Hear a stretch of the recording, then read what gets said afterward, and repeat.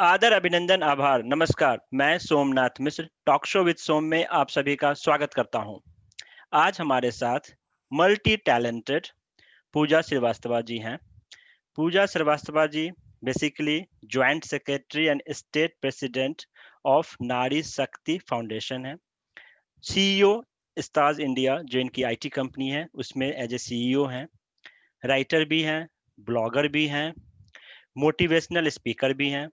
Film इन्होंने produce किया है जो रानी साहिबा इंटरटेनमेंट्स हैं, उसमें एज अ फिल्म प्रोड्यूसर हैं।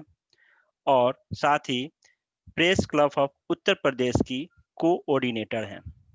इन्होंने बहुत सारे अवार्ड इनको मिला है, जैसे awarded as super women 2020, awarded as entrepreneur and social activist for humanitarian global excellence award, और बहुत सारे सर्टिफिकेट्स।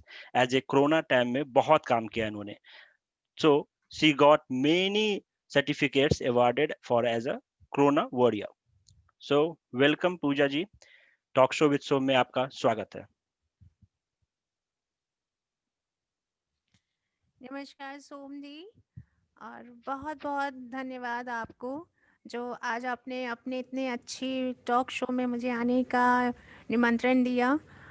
और मैं हमेशा से इस बात के लिए बहुत अपने आप को खुश नसीब समझूंगी कि मुझे आपके सामने बैठ करके आपसे बात करने का और अपने जितने भी व्यूअर्स हैं उनके साथ इंटरेक्ट करने का मौका मिला। बहुत बहुत धन्यवाद मैडम, मेरा इनवाइट स्वीकार करने के लिए। तो मैम आप बहुत सारे चीज़ों में हैं, और आज एज ए प्रेस से रिलेटेड, मीडिया से रिलेटेड हमारे जो यूथ हैं, जो व्यूअर्स हैं, उनका करियर गाइडेंस, जैसा टॉक शो विद सोम का पर्पस है कि जो हमारे युवा हैं उनको हम as a career guidance, free career guidance देते हैं अपने गेस्ट को बुला के, जो हमारे गेस्ट डिफरेंट डिफरेंट डोमेन्स में हैं। तो आप अपने बारे में संक्षेप में अपना जर्नी बताएं कि कैसे आपने शुरू किया और अब तक की जर्नी हमारे दर्शकों को बताएं। सोम हमारी जर्नी शुरू हुई जिसमें आप कह सकते हैं कि 2006 से हमारी जर्नी जिसको हम कहते हैं एज एन प्रोफेशनल हम्म। शुरू हुई। 2006 से पहले जब मैंने एमएससी किया था उस दौरान पे I was been in mood कि मुझे पीएचडी करना है। ओके। और मैंने अपना सब्जेक्ट भी सेलेक्ट कर लिया था, दैट वाज टॉक्सिकोलॉजी। हम्म। लेकिन बाय चांस ऐसा हुआ कि अचानक से स्विफ्ट ऑफ माइंड हुआ एंड फिर मैंने आईएएस की प्रिपरेशन स्टार्ट करी। ओके। जब आईएएस की प्रिपरेशन स्टार्ट करी तो वेरी फर्स्ट ईयर, एक साल की प्रिपरेशन के बाद ही मेरा उसी साल यूपी पीसीएस में प्री क्वालिफाई हुआ था, राजस्थान पीसीएस का प्री क्वालिफाई हुआ एंड आईएएस प्री क्वालिफाई हुआ था। सुपर। तो ये करने के बाद फिर बट नेचुरल था कि I have gone for IAS examinations. मैंने उसकी प्रिपरेशन स्टार्ट करी और मेंस के लिए गए। बट टू बी वेरी मतलब Frank in front of everybody कि जब मैंने मेंस का पेपर दिया तो वेरी लास्ट डे, जिस दिन मेरा लास्ट में इंग्लिश का पेपर था, उस दिन कुछ ऐसी मिस हैपनिंग हुई कि मुझे दिल्ली से वापस आना पड़ा। ओह। तो जब वापस आए, अब वापस आने के बाद फिर उसी साल मेरा कैट में भी सिलेक्शन हुआ था। तो आईएएस तो फिर मैंने ड्रॉप किया and then gone through for CAT. Okay. फिर एमबीए किया। एमबीए करने के लिए इंटरनेशनल बिजनेस से मैंने एमबीए कंप्लीट किया अपना। आईबी से एमबीए करने के बाद जब कर ही रहे थे उसी दौरान पे मेरा कैंपस प्लेसमेंट हुआ। समर ट्रेनिंग में मैं जिस कंपनी के लिए समर ट्रेनिंग पे गई थी उन्होंने मुझे एज एन फाइनेंशियल एनालिस्ट वहाँ पे सिलेक्ट कर लिया था। एंड मैंने अपना एमबीए कंप्लीट करने के साथ साथ जॉब स्टार्ट कर दी थी। तो 2006 से मैं अपने एक कैरियर के एक सेटल दौर पे आ चुकी थी एंड उस समय ये सोच रहे थे कि yes everything is moving on hmm. Right track. सब चीज़ें चल रही थी। उसी दौरान पे 2010 में my mother got severe brain haemorrhage और मुझे अपनी जॉब को छोड़ना छोड़ना पड़ा। पड़ा था। यस, मैंने अपना जॉब छोड़ दिया था and I went all together to the home. मैंने अपना करियर को सोचा था कि yes, my mother, my family, क्योंकि मेरा पहला जो मतलब उद्देश्य था वो यही था कि मैं अपनी फैमिली को कभी भी अ, अपने करियर से ज़्यादा इम्पोर्टेंस हमेशा दिया है। मेरा करियर हमेशा हमने सेकेंडरी में ही रखने की कोशिश की थी। तो मदर के लेकिन मेरी मदर देखती थी मुझे कि मैं जो हूँ थोड़ा-सा करियर की तरफ अब ध्यान कम दूँ। बैक नहीं कर रही हूँ।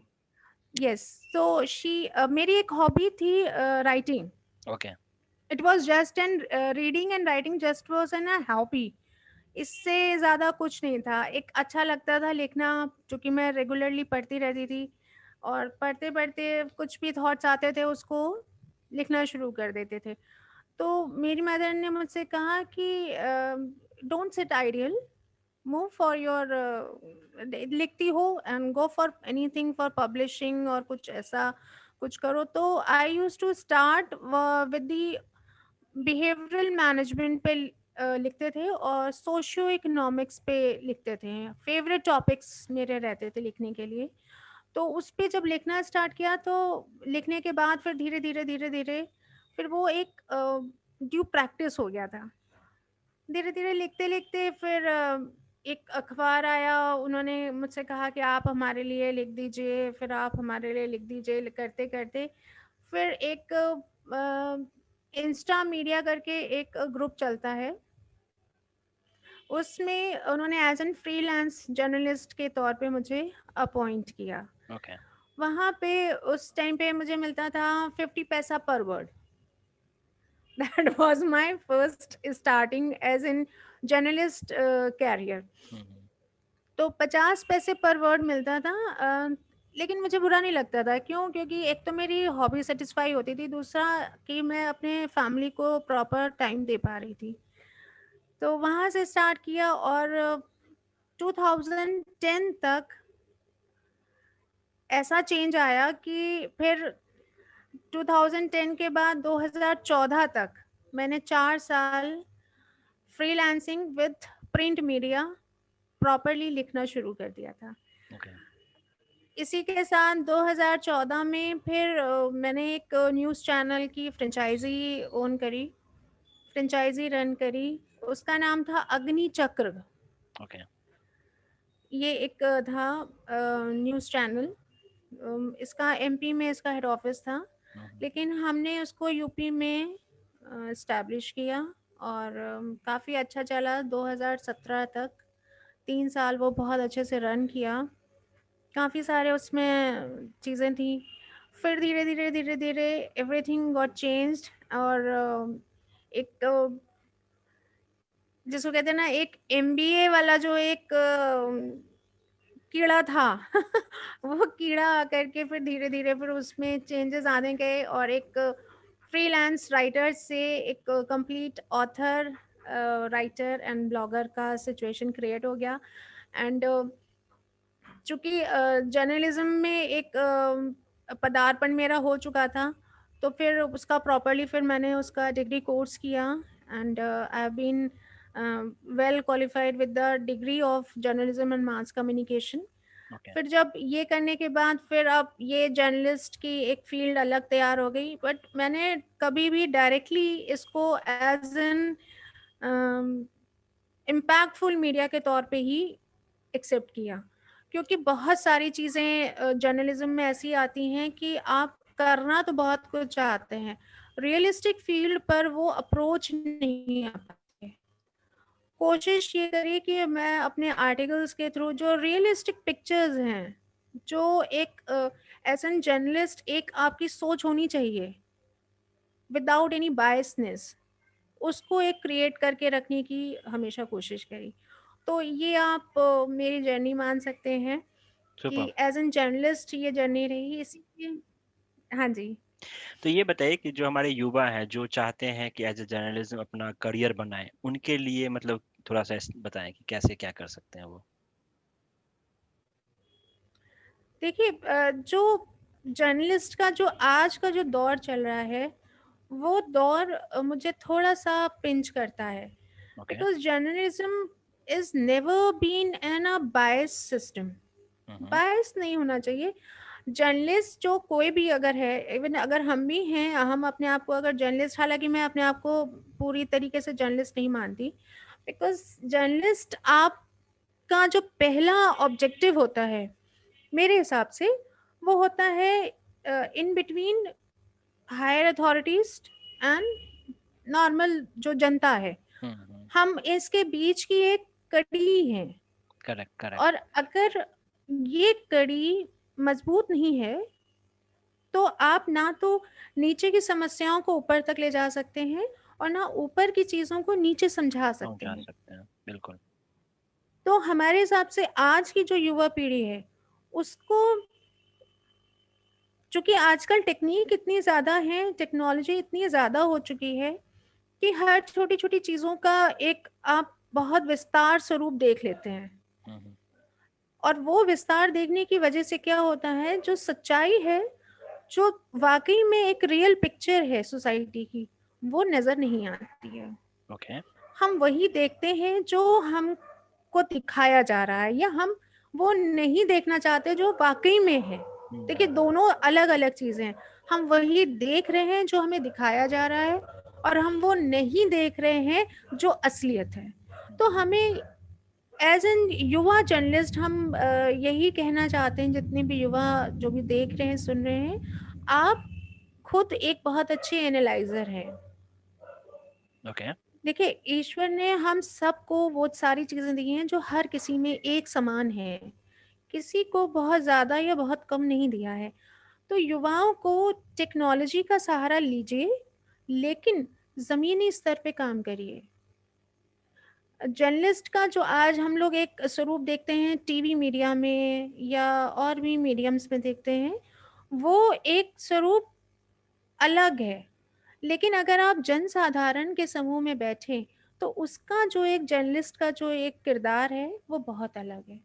तो आपको अपने किरदार की सही पहचान होनी बहुत ज़्यादा महत्वपूर्ण है। ओके। लेकिन कभी-कभी क्या होता है कि जैसे जो चैलेंजेस होते हैं, जैसे मान लो आप चाहते हो कि आप प्रॉपर लिखो जो भी है, लेकिन जो आपके जिस संस्था के लिए आप काम कर रहे हो, वहाँ से प्रेशराइज़ होता है आपके फील्ड में, इस फील्ड में बहुत ज़्यादा प्रेशराइज़ होता है, तो उसको कैसे मैनेज करेंगे युवा? देखिए, प्रेशर आजकल के टाइम पे, आप चाहे मीडिया में हो या किसी भी सेक्टर में हो, आजकल प्रेशर हर जॉब में है। लेकिन हमें मिनिमाइज़ करने का अपना एक तरीका सोचना चाहिए। देखिए, मिनिमाइज़, आप प्रेशर अगर आपके ऊपर किया जा रहा है किसी एक पर्टिकुलर चीज़ को लेकर के, तो आप प्रेशर करिए, लेकिन इसको कहते हैं शब्दों की जादूगरी। हुँ, अगर हम यही बोले, अब मैं आपको एक बहुत छोटा-सा एग्ज़ाम्पल देना चाहती हूँ कि हम लोग जो एक कम्युनिकेशन के तौर पे बहुत एक आसानी से बोल देते हैं, इधर आओ। हुँ, हुँ, इसी के अब अलग-अलग स्वरूप हो सकते हैं। इधर आओ, इधर आओ, इधर आओ। ये एक ही शब्द है, लेकिन इसके 3 अलग सुनने वाला मतलब निकाल लेगा। एक अथॉरिटिव हो जाएगा, एक आपका स्नेहपूर्ण हो जाएगा, और एक आपका हो जाएगा किसी दूर की चीज़ को आप पास बुला रहे हैं। तो ये आपका विश्लेषण का तरीका है कि आप उसी चीज़ को किस तरीके से शो कर रहे हैं। ये कोई भी आपको नहीं सिखाएगा, ये आपको खुद समझना होगा। और आज की युवा पीढ़ी अनडाउटेडली बहुत समझदार है। वो बहुत छोटी-छोटी सी चीज़ों को वो एग्ज़ैक्ट सही टारगेट पे पहुँच जाती है। तो मुझे नहीं लगता कि युवा पीढ़ी को कोई प्रेशराइज़ कर सकता है, अनटिल अनलेस युवा पीढ़ी अपने आप को खुद किसी एक बंधन में नहीं बाँधे तो। क्योंकि ओके। हम लोग कोई भी हैं, जैसे मैं भी हूँ, मेरी निष्पक्ष सोच है। अब इधर बीच आप सोचिए, 1 साल पहले जब निर्भया के चीज़ों का अभी खुलासा नहीं हो, पूरी तरीके से सज़ा नहीं मिल पाई थी, बहुत सारी चीज़ें आ रही थी। उसी दौरान पे कोई और भी चीज़ें चल रही थी, बहुत सारी चीज़ें। तो मैंने एक निष्पक्ष सोच अपनी लिखी। उस समय मैंने लिखा इस बात को कि हमारे यहाँ केवल यही एक चीज़ नहीं है जिसको हम लेकर के बैठे रहें, सोचते रहें। मैं युवा पीढ़ी से कहती हूँ, मैं भी युवा हूँ, आप हर चीज़ पे अपना ध्यान दीजिए, क्योंकि कोई एक पर्टिकुलर टॉपिक पे ही अगर हम स्टिक हैं तो उसके साइड में जो और चीज़ें चल रही हैं वो भी तो सोचना हमारी ज़िम्मेदारी है। अगर हम हर चीज़ को सोचते हैं तभी हम किसी एक पॉइंट पे अपने आप को ला सकते हैं। संतुलित कर पाएँगे। हुँ, हुँ। जैसे कि आपने जिसके लिए हुँ, हुँ। Continue, continue. हाँ, बताइए? नहीं, नहीं, आप पूछिए। मैं ये कह रहा था जैसे कि आपने मास कॉम किया, फिर जर्नलिज़्म में बनाया करियर, तो जो हमारे युवा हैं, क्या मास कॉम मैंडेटरी है? जो अगर मास कॉम नहीं किया है, तो वो नहीं कर सकते? नहीं, देखिए, मास कॉम करने में और कोर्स ना करने में एक डिफरेंस आता है। आपको चीज़ों के बारे में अच्छे से पता चल जाता है। आप ये समझ लेते हैं कि कहाँ पे आपको किस तरीके से अपने आप को प्रोड्यूस करना है। देखिए, कोर्स कोई भी होता है, उससे आप कैसे बेनिफिट उठा सकते हैं, ये आपके ऊपर ही डिपेंड करता है। जैसे एक नॉर्मली पहले के लोग मास कॉम के कोर्स वगैरह नहीं करते थे, लेकिन दे वर द बेस्ट रिपोर्टर्स, वो बहुत अच्छे जर्नलिस्ट हुआ करते थे। लेकिन अब कोर्स करने से आपको अलग-अलग सेक्टर्स के बारे में मालूम पड़ जाता है, अलग-अलग डिविजन्स के बारे में मालूम पड़ जाता है। आपको पता रहता है कि किस चीज़ में अच्छा वे ऑफ प्रोडक्शन के साथ-साथ आपको एक वे ऑफ टॉकिंग भी मालूम पड़ जाती है। जैसे जब आप पढ़ते हैं किसी चीज़ को, तो आपको समझ नहीं है, तो आप एक लेमैन के तौर पे बात करेंगे। लेकिन जब आप पढ़ते हैं, तो आपको छोटे-छोटे से रूल्स, रेगुलेशंस, क्लॉज़ेज़, लॉज़ के बारे में, लिटिगेशंस क्या हैं, सुप्रीम कोर्ट की पावर्स क्या हैं, हाई कोर्ट की पावर्स क्या हैं, कमिश्नरेट में कैसे काम होता है, आपको हर चीज़ के बारे में नॉलेज होती है। तो आपके पास जो एक प्रिलिमिनरी नॉलेज होती है, तो आप उससे एडवांस में जाके काम कर सकते हैं, आपके लिए ईज़ी हो जाता है। दूसरी बात मास कॉम के कॉम जब आप कोर्स करते हैं या पढ़ाई करते हैं, तो आपको बोलने का तरीका, बताने का तरीका, आपको रिपोर्टिंग कैसे की जाती है, क्या-क्या चीज़ें लिखी जाती हैं, आपको इसकी पूरी एक जानकारी मिलती है। और जब जानकारी आपके पास होती है, तो आप चाहे किसी भी मीडिया हब पे जाएँ, आप प्रॉपर्ली अपने आप को उस तरीके से शो कर सकते हैं, अपने आप को मेंटेन कर सकते हैं। क्योंकि आजकल बहुत सारे यूट्यूब चैनल्स और ये और वो बहुत सारी छोटी-छोटी चीज़ें आ गई हैं। लेकिन जो स्तर है, वो स्तर बहुत नीचे जा रहा है। तो हमें इस बात पे भी ध्यान देना बहुत ज़रूरी है कि जर्नलिज़्म का मतलब ये है कि we are the representative of the society. Correct. तो आप अगर रिप्रेजेंटेशन आपका अच्छा नहीं है, तो आप अपनी चीज़ को ठीक से बता ही नहीं पाएँगे, समझा ही नहीं पाएँगे, आप कुछ कह ही नहीं पाएँगे क्योंकि एक वे ऑफ टॉकिंग जो होती है, एक वे ऑफ राइटिंग जो है, वो आपको एक कोर्स के द्वारा और अच्छे से पता चल जाती है। ओके। तो जैसे मान लो कोर्स किया, कोर्स करने के बाद कुछ लोगों को तो जॉब मिल जाता है ईज़िली, चाहे कैंपस से हो, चाहे ऑफ कैंपस हो, जान-पहचान से हो। लेकिन जो मास लोग हैं, उनको नहीं हो पाता, तो उनके लिए स्टार्टिंग करने का क्या ऑप्शंस हैं? देखिए, जैसे मैं अपने प्रेस क्लब की बात करूँ तो हम लोगों ने बहुत सारे ऐसे जो कैंडिडेट्स हैं, जिनके पास स्किल्स हैं। हुँ, हुँ। तो जैसे प्रेस क्लब ऑफ यूपी में जब मैंने जॉइन किया था तो एज़ एन कोऑर्डिनेटर मैंने वहाँ पे 3 चीज़ें रखी थी। पहला ये रखा था कि हम आपको जॉब प्रोवाइड करेंगे, ओके, डिफरेंट चैनल्स। दूसरा, हम आपको एजुकेट भी करेंगे। ओके। तो हमारे यहाँ अभी हम लोगों ने एक बहुत से ऐसे कॉलेजेस हैं जो डिस्टेंस एजुकेशन कराने का course degree course, diploma course run कराते हैं। हुँ, तो हुँ। हम लोग उनके थ्रू उन कॉलेजेस के थ्रू अपने यहाँ के जो मेंबर्स हैं कोर्स ये अप्लाई कर रहे हैं। प्लस पर्सनैलिटी डेवलपमेंट कोर्स है, वो रन करा रहे हैं। इसके साथ-साथ हम लोग उन लोगों को प्रॉपर जैसे ट्रेनिंग दी जाती है। हुँ, हुँ। तो वो ट्रेनिंग की फैसिलिटी भी उनको प्रोवाइड कर रहे हैं कि जो अच्छे-अच्छे चैनल्स हैं, न्यूज़पेपर्स हैं, जो रन थ्रू चैनल वो यूट्यूब चैनल्स वगैरह चल रहे हैं, वहाँ पे जो हैं उनको प्रॉपर हम लोग प्रैक्टिकल ट्रेनिंग भी देते हैं, ताकि उन्हें मालूम पड़े कि ये प्रोडक्शन में कैसे काम होता है, एंकरिंग में कैसे काम होता है, एक अच्छे एंकर को किस तरीके से बात करनी चाहिए। तो ये सारी चीज़ें हम लोग उसमें इनको, क्योंकि press club is not a meeting place, it is not only the meeting place, it is a place where you can share your problems, where you can discuss your problems and get a better solution from us. Okay. तो ये सारी चीज़ें हम लोगों ने अपने यहाँ arrange करी हैं प्रेस क्लब में, और इसी को हम लोग आगे बढ़ा रहे तो ये हैं। तो छोटे छोटे जैसे जिनके पास अभी डिग्री कोर्सेज नहीं है, जिनके पास डिग्री कोर्स नहीं है। जिनके पास कोर्स, हाँ, जिनके पास कोर्स या कोई सर्टिफिकेट नहीं है, अब उनको नहीं आता है but they want to join, वो ओके। करना चाहते हैं, कोई भी अर्निंग का सोर्स उनके पास नहीं है, दे वांट टू अर्न, तो हम लोग उनको प्रॉपर उनसे वीडियोस बनवाते हैं और हम खुद क्रिएट करवाते हैं। We okay. Have an a full editing team, हम लोग उनसे वीडियोस लेते हैं, करते हैं, फिर उन्हें शो करते हैं कि देखिए यहाँ यहाँ आपकी प्रॉब्लम्स आ रही हैं, यहाँ फंबल्स आ रहे हैं, आपके बॉडी लैंग्वेज ऐसी होनी चाहिए, वॉइस में आपके थ्रो ऐसा होना चाहिए। तो इस तरीके की एक्टिविटीज़ वहाँ करा रहे हैं ताकि जो अपकमिंग जर्नलिस्ट हैं वो एक प्रोफाउंड तरीके से अपने आप को एज एन जर्नलिस्ट शो कर पाएँ। Super super. तो ये तो आपने जैसे press club of Uttar Pradesh की बात की, जो यूपी के प्रेस क्लब है वो ऐसे काम कर रहे हैं, लेकिन मैं मास इंडिया की बात कर रहा हूँ। मतलब चलो ठीक है, आपके यहाँ अच्छा काम हो रहा है, आप अच्छा फॉलो कर रहे हैं, कुछ रूल्स हैं, लेकिन इंटायर इंडिया में कैसे होगा वो ऐसा फॉलो हो रहा है सभी जगह? बहुत सी जगहों पे हो भी रहा है ओके। और बहुत सी ऐसी जगह हैं जहाँ पे नहीं भी पहुँच पा रहे हैं लोग। ओके। तो हमारा तो अभी चूँकि हम लोग अभी यूपी में ही देख रहे हैं, लेकिन मैं बिलीव करती हूँ कि और जो भी स्टेट्स हैं या और जो भी जगह हैं जहाँ पे इस तरीके की चीज़ें होनी चाहिए, वहाँ हो भी रही होंगी, और मैं चाहती हूँ कि नहीं, जहाँ नहीं हो रहा है वहाँ ऐसा हो।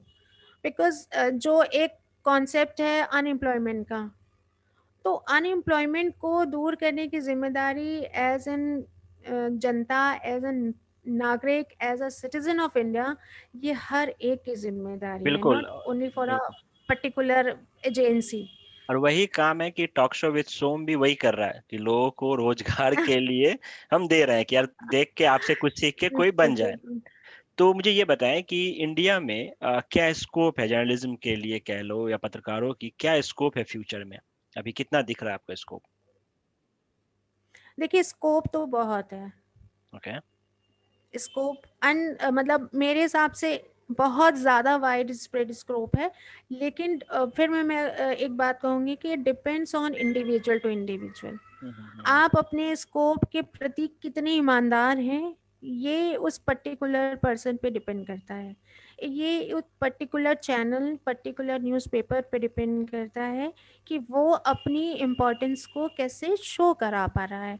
वो अपनी इंडिविजुअलिटी को मेंटेन क्यों करना चाहता है, ये फैक्टर मेरे आज तक समझ में नहीं आता।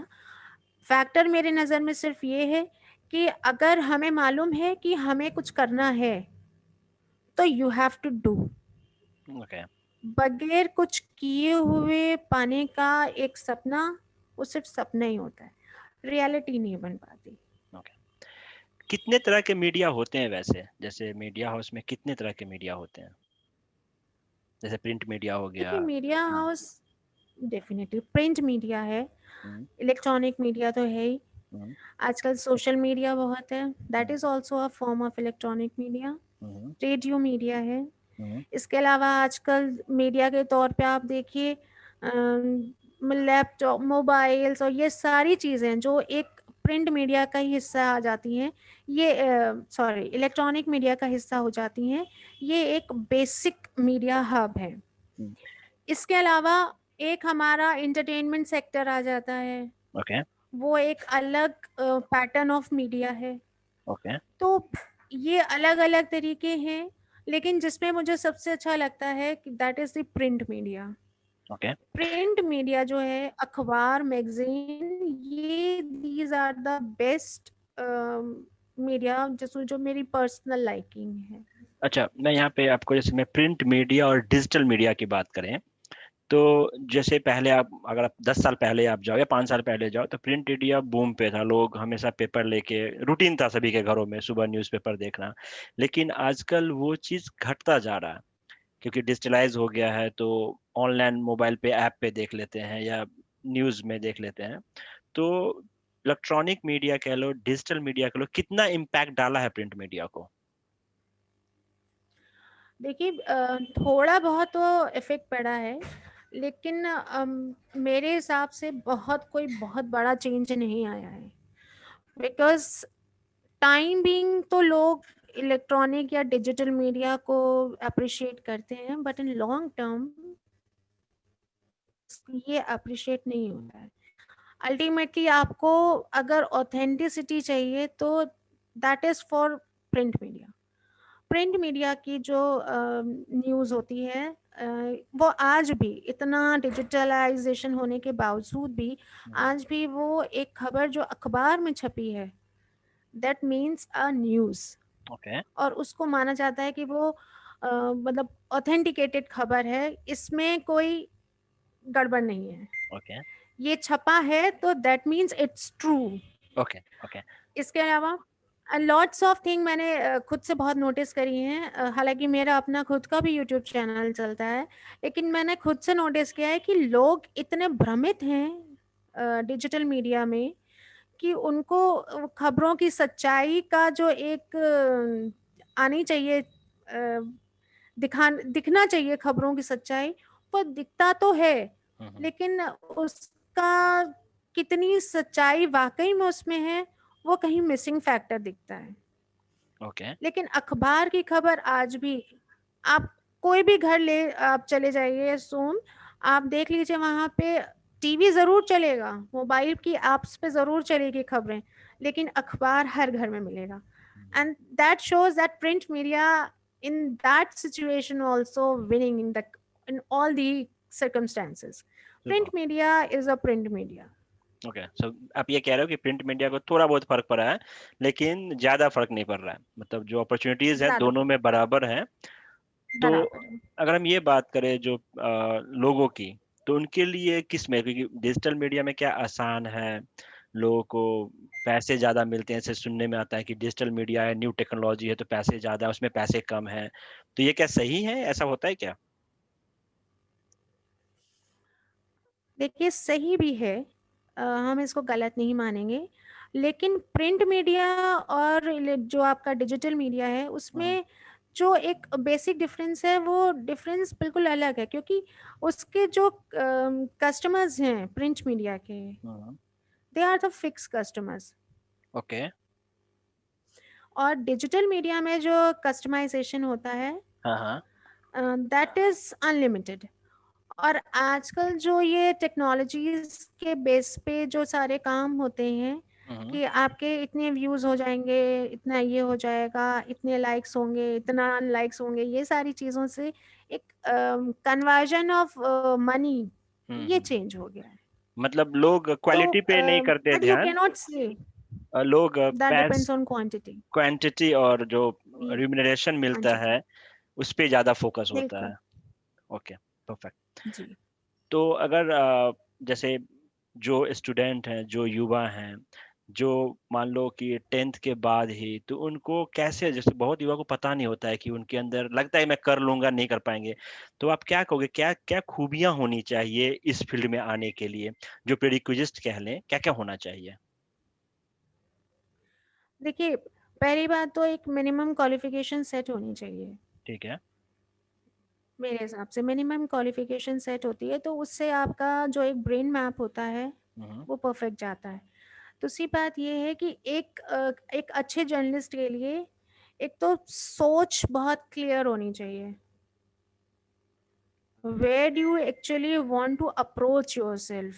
एक पहली एक जो जिसको मैं प्रीरिक्विजिट बोलूँगी, एक ये होगी कि आपकी एक सोच क्लियर होनी चाहिए, बिल्कुल परफेक्ट माइंड से आप काम करिए। हम्म। आपको अगर जर्नलिस्ट बनना है तो यस, आपका पाथवे क्लियर है, yes I want to be a journalist. Hmm. Now the second चीज जो आती है, आपने अपना पाथ चुन लिया कि आपको जर्नलिस्ट बना है।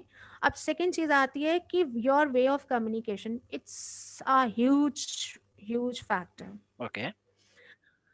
अगर आपका वे ऑफ कम्युनिकेशन, हम्म। आप रीजनल लैंग्वेज बोलिए, नो प्रॉब्लम, कोई प्रॉब्लम नहीं है। हमारा देश रीजनल लैंग्वेजेस पे कई सारी भाषाएँ हैं, हर स्टेट की, हर शहर में कुछ ना कुछ भाषा में अंतर आता है। It never is an option कि आप अगर आप इंग्लिश बोल लेते हैं अच्छा तो ही आप एक अच्छे जर्नलिस्ट हैं। नो, नो, कोई फ़र्क नहीं पड़ता। हम्म। आप साधारण बोलचाल की भाषा, लेकिन आपके शब्द क्लियर हों। ओके। ज हम लोग हिंदी में बात कर रहे हैं, बट हम जो बोल रहे हैं, वो बोल रहे हैं, सामने वाला उसको वैसे ही ले रहा है। हम्म।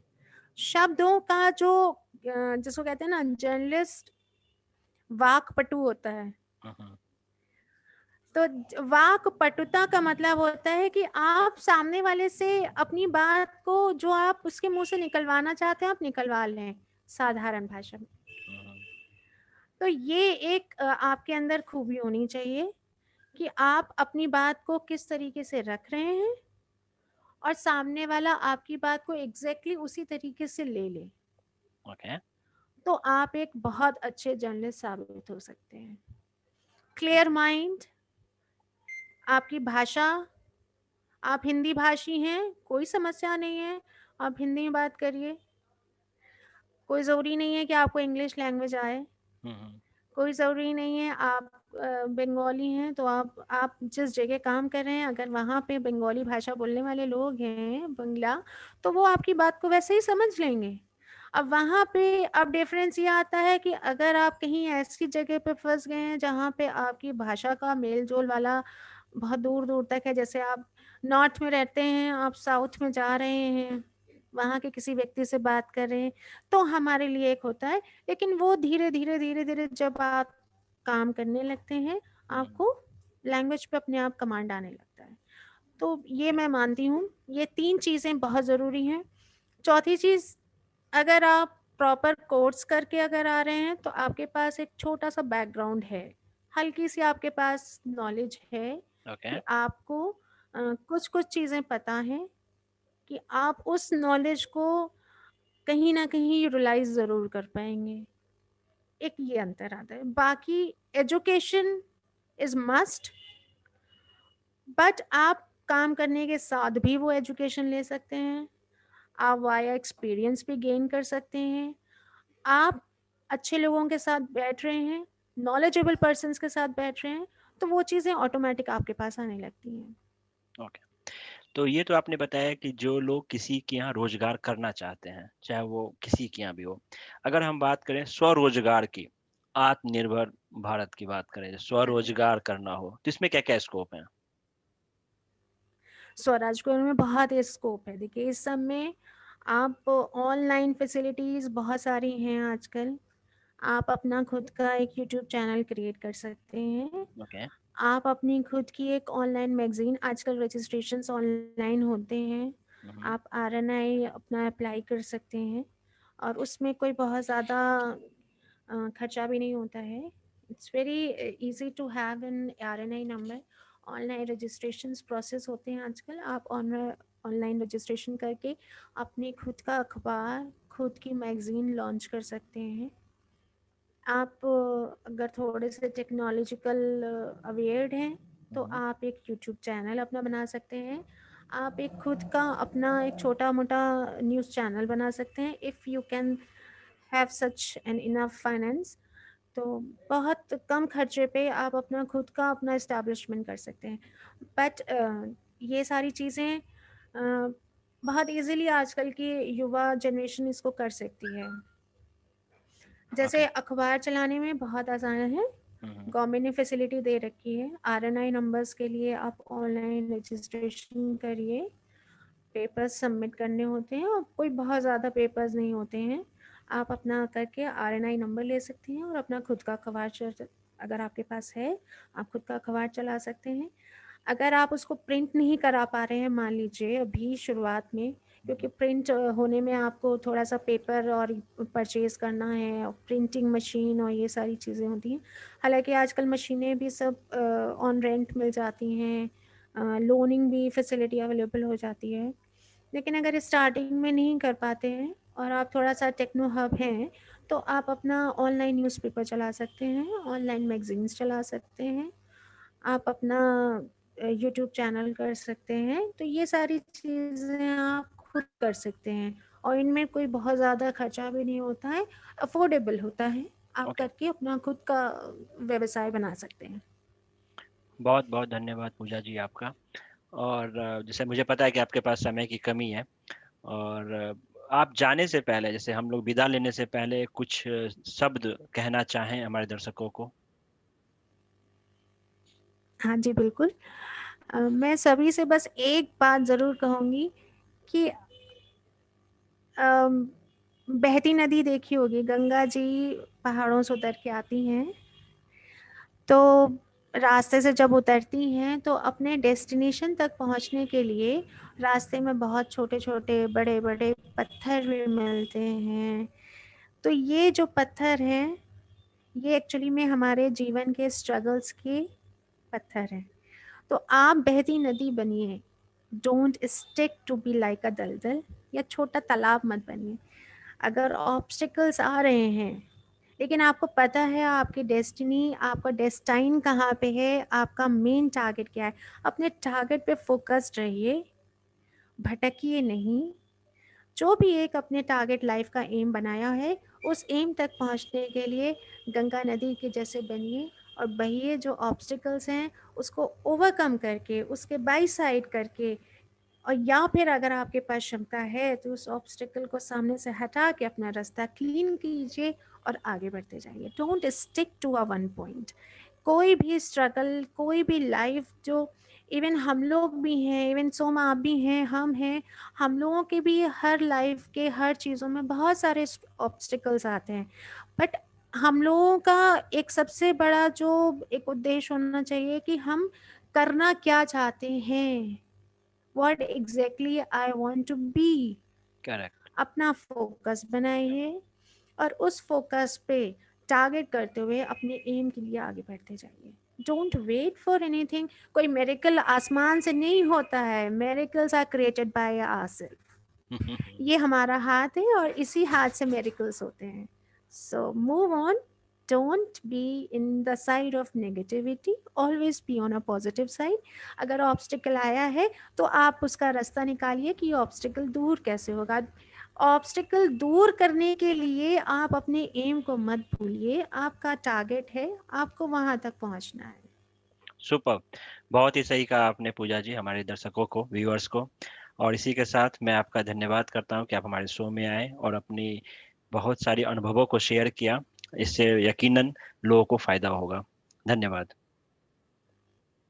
Thank you so much Som, thank you so much, धन्यवाद। जय श्री राधे। जय श्री राधे।